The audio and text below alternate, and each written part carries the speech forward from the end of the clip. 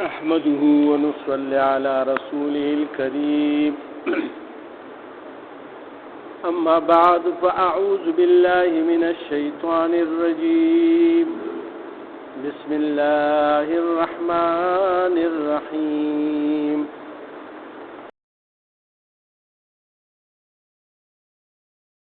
دلته کې الله پاک دا فرمایي چې اوس الله پاک دا فرمایي یا ایها الذین آمنوا اے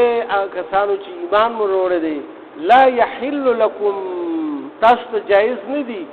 ان ترثوا النساء کرها چې دا جوړې کوي تاسو دا زنانو لرا په زبردسته یعنی خپل خزي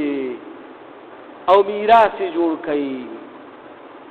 ولا تعدلوهن او مپه دباو اچوي په دای باندې لتذهبوا د دې لپاره چې اخرى مال د دای ببعض ما اتيتموهن دا هغه مال حصہ چې کومه هغه سره ده د مہر په صورت کې ورته ملاو شي یا د مور او پلار په جهادات په صورت کې ورته ملاو شي یا د خاون په حصہ کې ورته ملاو شي دا مثال د یو خزي خاون مړ شو هغه تخپل برخه ملاو شو بچی نشته څلورمه برخه ورته ملاو شو یا بچیشته تم برخه ورته ملاو شو نو دلته کې الله پاک یو د مشرکانو د وخت یو دغه روانو په هغه وخت کې داسې کارو چې کافرانو کې به یو مرګ شو یو څوک بمړ شو بس روره د هغه خزه باندې به داغه ورثه قبضه شو او بیا به نه پرېخوا خپل مرزه ته به نه پرېخوا هغه ته به داسې نه پرېخوا چې ورته به وی چې بس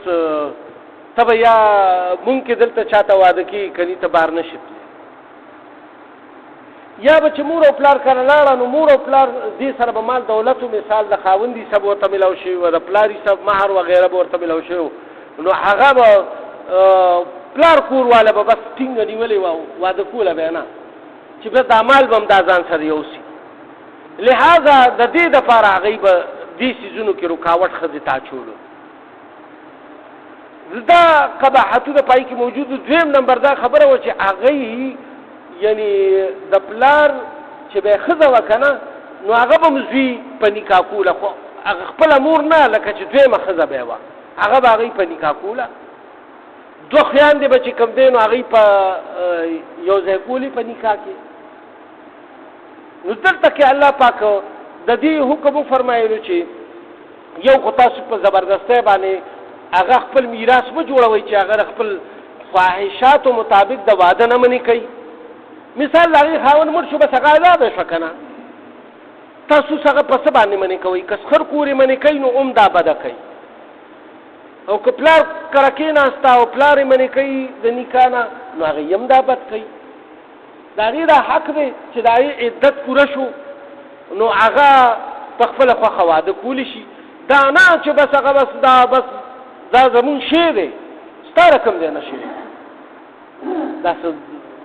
غلامي خو نه چې غلام دی نه غلامانه دغه ژوند شته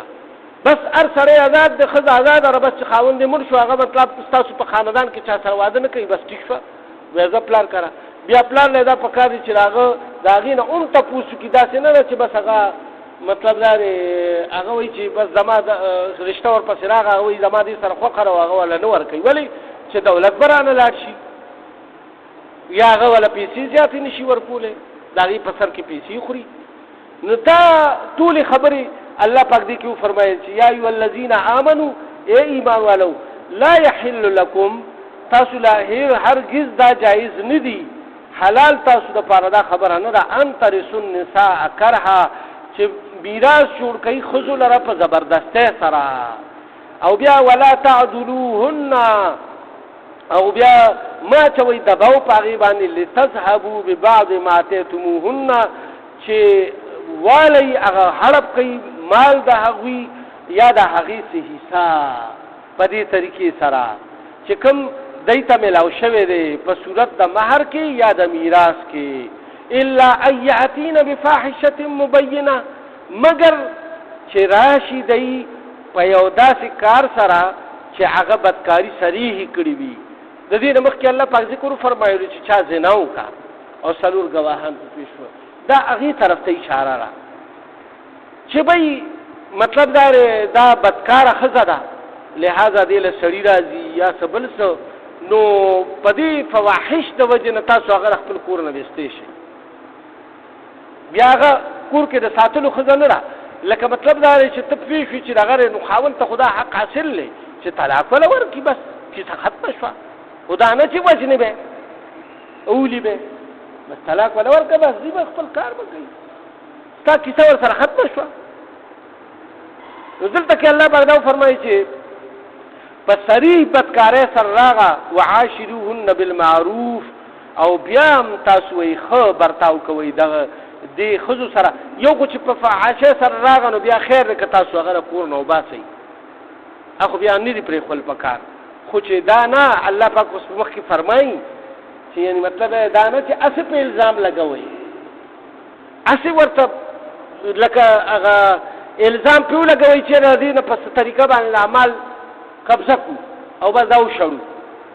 ورته وایي چې ځه ستا هېڅ هم نه کېږي ځه تخته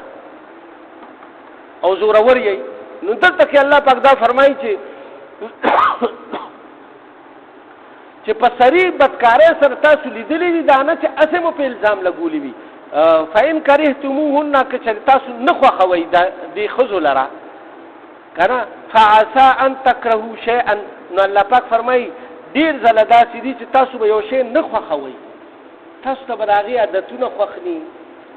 د هغې شکل به در باندې ښه نه لګي مثال نو دلته کې الله پاک دا وفرمایي ویجعل الله وایي بعض ډېر وخت کې داسې څیزونه چې تاسو ته به هغه شی ښه نه لګي خو لیکن وبګرځوي الله پاک ویجعل الله فیه خیرا کثیرا په هغې کې بعض اوقات ډېر لوی خیر نو مفسرین و حضراتو په دې کې هغه خیرونه لیکلي دي چې یو ښځه ستا د هغې هغه بول چال دی خوښ نه دی د هغې هغه ډیل ډال دی یعنې ښایشوالی دی خوښ نه دی نو صبر کوه د دې صبر تا ته مستقل نیکي میلاویږي یا که هغه لږه بد زبانه را تیزه ده او بس نه منې کېږي تا پړک دوه دې ومواله داسې نه چې لاس خپې پې مات کړي زورونه دې ورکه خو هغه بس دا عادت دی نو اوس عادت خو د چا نه بدلېږي که نه نو خیر ته لږ صبر کوه بعضې وخت کې ځکه چې ستا خدمت کوي ګوره زړوکي دله وینځي او بچي دله سنبالوي روټۍ دله تیاروي ته دا ټولې خبرې مخې ته که بیا دغه خپل دغه باندې زمړه بس خیر دی دې هم دماغ کار ونه کړ بس غلی شتې بس روزتې خپل مانځله راځه جومات ته راځه نو صبر دې ته وایي الله پاک ورله یو اجر درکړي او بل الله پاک دا لیکلي چې په دې کې خیرا کثیره که ستاسو دپاره لیکلي ګوره دی نه به اولاد پیدا شي او به نیک عمله وخېږي او هغه به ډېر ستا په کار راتلونکي اولاد به دې وخېږي چې بیا به ستا په بوډاپه کې په کار راځي بوډاوالي کې به په کار راځي چې مطلب دا ای به پیسې ګټي تاله به رالیږي او ستا به ډېر قدر او عزت کوي مور خو ستا قدر عزت ونه کړو خو لیکن دا اولاد به تا د خدای د هغې نه داسې درکړي چې هغه به ډېر قدر او عزت والا جوړ شي عالمان به ترې جوړ شي حافظان به ترې جوړ شي او صدقه جاریه به ستا دپاره جوړه شي نو دا هغه خیرا کثیره اون دنیاوي خیر به تا ته خدای پاک پایې کې ورسوي چې دغه صبر دې وکړو او دغه او وایي دا خواړو چېرته تللی نه ده چې د هغې په هغه دغه باندې تا لږ صبر وکړو چې تا ځان ته دغه ټولې خبرې د هغې مخې ته کړې چې بھئی دا زما کار کوي زړوکي مې وینځي زما دا ټول بچي سنبالوي هر څه کوي نو خیر دی که دی یو څو خبرې داسې وکړي نو بس دا خیر دی دلته کې الله پاک دا وفرمایل چې خیرا کثیره په دې کې تاسو بیا هم الله پاک فرمایي وان اردتم که چېرې تاسو غواړئ دا اراده لرئ استبدال زوج بدلول د یو بیبي مکان زوج په ځای د بلې بیبي وآتیتم او تاسو ورکړي وي احداهن هغې ته قنطارا ډېر زیات مال خزانه مو پوره ورکړي وي اوس ستا بس زړه ته نه پرېږدي یاره بس مازغه دی هر وخت خراب وي او بس ته وایې چې یاره چېرته کې ځان نه ډز وباسم او که د دې ښځې نه ډز وباسم یعنې دې حد ته راغلی نو بیا الله پاک درته طریقه ښایي چې بس ته دې ته مجبور یې چې ته یې بدلی نو بس پرېږده بس بیا که نه طلاق ورکړه بس دې به خپل مخه به کوي خو دلته کې الله پاک دا وفرمایل چې تا دې لکه خزانه ورکړي کنه لکونه کروڑونه روپۍ دی ورکړي به واپس نه اخلي دا نه چې پای کې د کړي چې مونږ ته خپل پیسې واپس کړو بیا ځکه چې سکهانو هکوا ځکه چې الله پاک دا فرمایي چې اوس الله پاک فرمایي چې کینتار ډیر مال ته وي ښا کینتار عمر صاحب یو پیرا په خپل زمانه خلافت کې یو حکم فرمایلو چې یو حد مقرر کو چې د دونه پیسونه به څوک زیات پیسې نه اخلي کنه په وخت کې درهمونو یو حد مقرر کو مثال 1000 درهمه 1500 درهمه چې بل غریب ابل ټول کول شي یو بوډه را پاسې دا او بوډه ورته دا آیات فرمایلو بوډه هغه قران والو ټول هغه عربیانو ایته قران یادو بوډه عمر سے تو فرمایل چې وی ګور الله په فرمایي چې تاسو یو قنطار ورکړي کنه یو ډیر لوی مال هم ورکړي نو هغه به واپس نه اخلي منه داغینا فلا خذوا منه شيئا داغینا نو الله پاک وایي چې تاسو یو ډیر څه ورکړي نو تاسو ته واپس نه اخلي نو ډیر څه ورکول شي د الله په نسبت باندې وته چې په لږ مہر باندې تړه دا خدار چې خپل خو خره چې څومره مہر باندې سو راضي شو بس راضي شو سزور خو پچا نشتا ستا دا فیملی خو خنه شو بلګیو کا ل غریبانانو ګوره مثال مطلب دا دی چې هغه مہر لس لکه غواړي او بل ته بل ځکه ته په یو لک باندې ملاویږي نو بس په یو لک وکا بل ځکه ته په لزر ملاویږي په لزر وکا بس خپل قسمت ګوره ګرځدا نه چې بس هغه پوری چمبر شوی او بیا د وس نشته او بیا ورته چې درب کوم او درب کوم او هغه بو کوم او دغه بو کوم نه بس الله په خبر ټول خلکو له ازادي ورکړي دلته کې الله پاک اوس دا فرمایي چې اتاخذونه آیا وی تاسو اخلی دا اغوینا بهتانا په بهتان لګولو سره و اسم مبینا او صریح ظلم سره ګناه لوی سره یعنی مطلب دا دی چې بعضی وخت کې به خلکو داسې کارو کو چې پاغي باندې اساس تهمت لګولو بدیله سړی راځي او پلان کې راځي او زه غوبل نه په گواښته نه په دغشته چیرې د عمل ته په څه طریقه پرې یا دویم نمبر خبردار چې د هغه مہر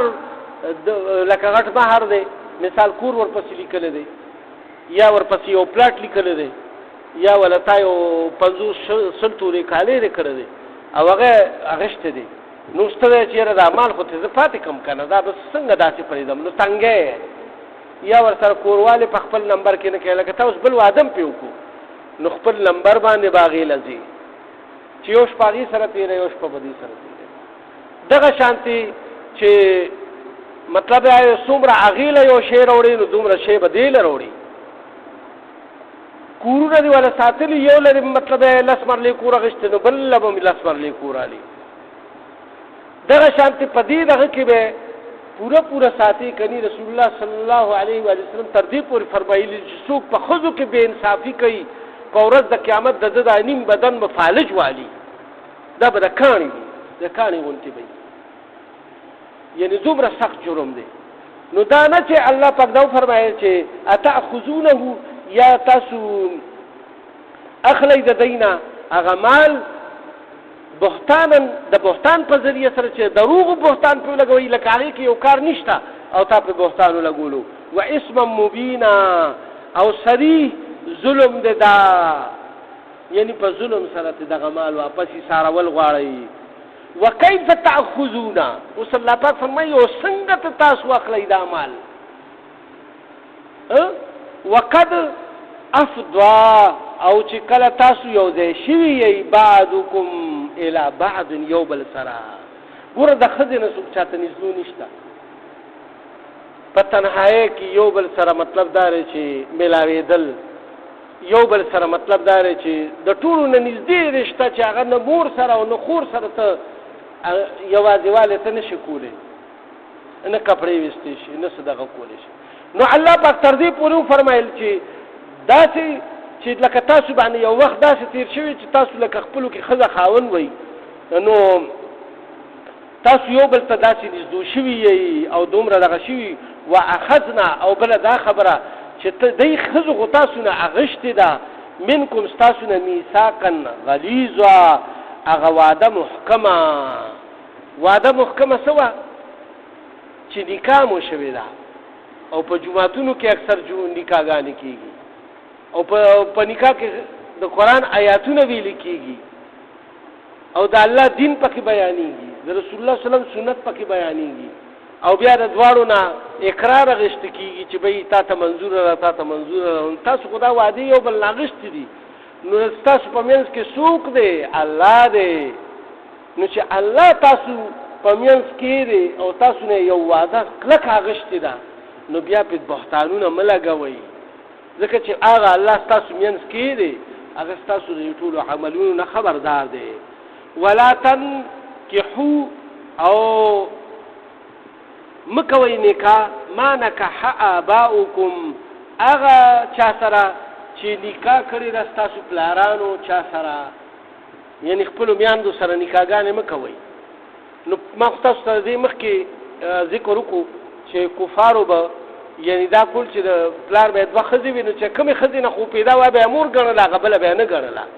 ځوانه ښځه به یې کړې وه بس هغه به یې په خپله ځان ته په نکاح کړه نو دا الله پاک یو دا په دې کې دا حکم ختم کو چې ولا تنکحوا ما نکح آباؤکم من النساء او من نکاح کوئ تاسو هغه ښځې نکاح په نکاح باندې چې کوم ستاسو پلارانو په نکاح اخیستې وي الا ما قد سلف مګر مخکې چې اوس څه شوي دي چې چا څه کړي دي خو یې کړي دي بس هغه خو هسې مو شوي دي نو انه کان فاحشة ومقتا ځکه چې دا ډېر د بې حیایۍ کار دی چې پلار ستا یو ښځې سره یو ځای شوی هغه خو ستا اوس د مور په ځای ده لهذا وساء سبیله او دا ډېره خرابه لار ده چې تاسو دا وباسئ لهذا داسې کار مه کوئ او د دې نه ځان وساتئ نو یو خو حرمت دا منې شو چې بهی میرانۍ مور سره هم ستاسو نکاح نه کېږي اوس نورې رشتې دې پس بیا را روانې دي د هغه رشتو ذکر به م الله پاک کوي چې نورې چا سره نکاحګانې نه کېږي نو انشاءالله هغه به سباني درس کې راځي الله پاک دې موږ ټول له دا عمل توفیق راکړي الحمدلله رب سخته وعده نه دا هغه شی نه دی دا هغه غلیظ ده دعا وکړئ نو بیا تپوس الحمدلله رب العالمین والعاقبة للمتقین والصلاة والسلام علی رسول محمد وعلى آله واصحابه اجمعین یا الله زموږ واړه لوی ټول ګناهونه معاف کړي مونږ ته زموږ اهل عیال ته ټولو مسلمانانو انسانانو ته هدایت نصیب کړي مونږ نه هغه کارونه واري چې ستاسو د رضا او د لقا او د قرب سبب جوړ شي په دې کې زموږ نه څه کمې زیاتې شي یا الله معافي راته وکړي او د صحیح وینا توفیق او طاقت راکړي او بیا پرې عمل توفیق ماته او د حاضرینو ته ټولو مؤمنانو مسلمانانو ته ورکړي یا الله په مونږ کې چې څوک بیمارانی څونه مؤمنان مسلمانان هم شفایاب کړي څوک قرضدارانی د قرضونو نه اخلاص کړي